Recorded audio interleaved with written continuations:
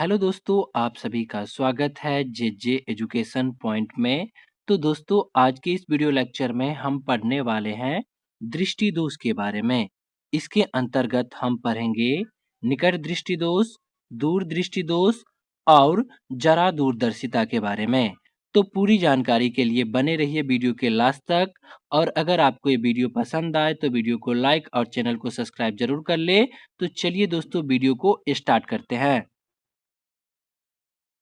सबसे पहले हम दृष्टि दोष के बारे में जानेंगे कि दृष्टि दोष क्या होता है। कई कारणों से नेत्र बहुत दूर स्थित या निकट स्थित वस्तुओं का स्पष्ट प्रतिबिंब रेटिना पर बनाने की क्षमता खो देता है। ऐसे कमी दृष्टि दोष कहलाती है। कई कारणों से नेत्र बहुत दूर स्थित यानी अनंत पर या निकट स्थित यानी 25 सेंटीमीटर पर स्थित वस्तुओं का स्पष्ट प्रतिबिंब रेटिना पर बनाने की जो क्षमता है उसे खो देती है। ऐसी कमी को ही दृष्टि दोष कहते हैं। ठीक है। दृष्टि दोष सामान्यतः तीन प्रकार के होते हैं। पहला निकट दृष्टि दोष, दूसरा दूर दृष्टि दोष और तीसरा जरा दूरदर्शिता। तो आइए अब इन तीनों को एक एक करके समझते हैं। सबसे पहले हम निकट दृष्टि दोष के बारे में जानेंगे कि निकट दृष्टि दोष क्या होता है। इस दृष्टि दोष से ग्रसित व्यक्तियों को निकट की वस्तु स्पष्ट दिखाई देती है, परंतु दूर की वस्तुएं स्पष्ट नहीं दिखाई देती है। उसे निकट दृष्टि दोष कहते हैं। इस दृष्टि दोष से ग्रसित व्यक्तियों को निकट की वस्तु तो स्पष्ट दिखाई देती है, परंतु दूर की वस्तु स्पष्ट दिखाई नहीं देती है। उसे ही निकट दृष्टि दोष कहते हैं। अब हम निकट दृष्टि दोष के कारण के बारे में जानेंगे। इस दोष के दो कारण हो सकते हैं। पहला नेत्र गोलक का लंबा हो जाना, अर्थात नेत्र लेंस और रेटिना के बीच की दूरी का बढ़ जाना। और दूसरा कारण है नेत्र लेंस का आवश्यकता से अधिक मोटा हो जाना, जिससे उसकी फोकस दूरी का कम हो जाना।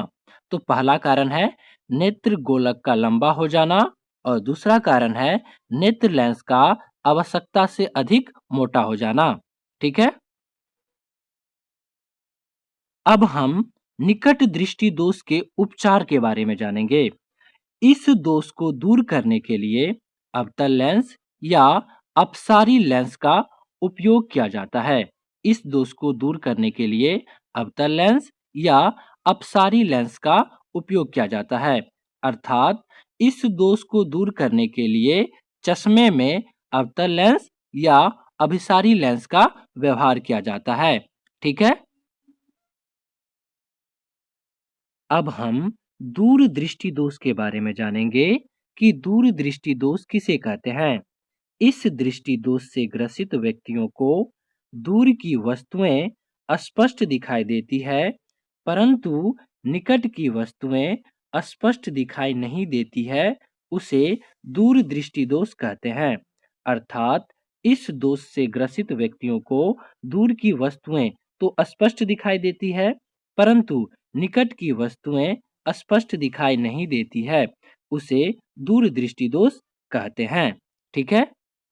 अब हम दूर दृष्टि दोष के कारण के बारे में जानेंगे। तो इस दोष के दो कारण हो सकते हैं। पहला नेत्र गोलक का छोटा हो जाना, अर्थात नेत्र लेंस और रेटिना के बीच की दूरी का कम हो जाना।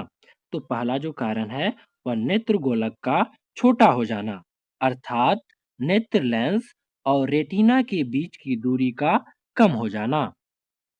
और दूसरा कारण है नेत्र लेंस का आवश्यकता से अधिक पतला हो जाना, जिससे उसकी फोकस दूरी का बढ़ जाना। नेत्र लेंस का आवश्यकता से अधिक पतला हो जाना, जिससे उसकी फोकस दूरी का बढ़ जाना। ठीक है। अब हम दूर दृष्टि दोष के उपचार के बारे में जानेंगे। इस दोष को दूर करने के लिए उत्तल लेंस या अभिसारी लेंस का उपयोग किया जाता है। इस दृष्टि दोष को दूर करने के लिए उत्तल लेंस या अभिसारी लेंस का उपयोग किया जाता है। अर्थात इस दोष को दूर करने के लिए चश्मे में उत्तल लेंस या अभिसारी लेंस का व्यवहार किया जाता है। ठीक है?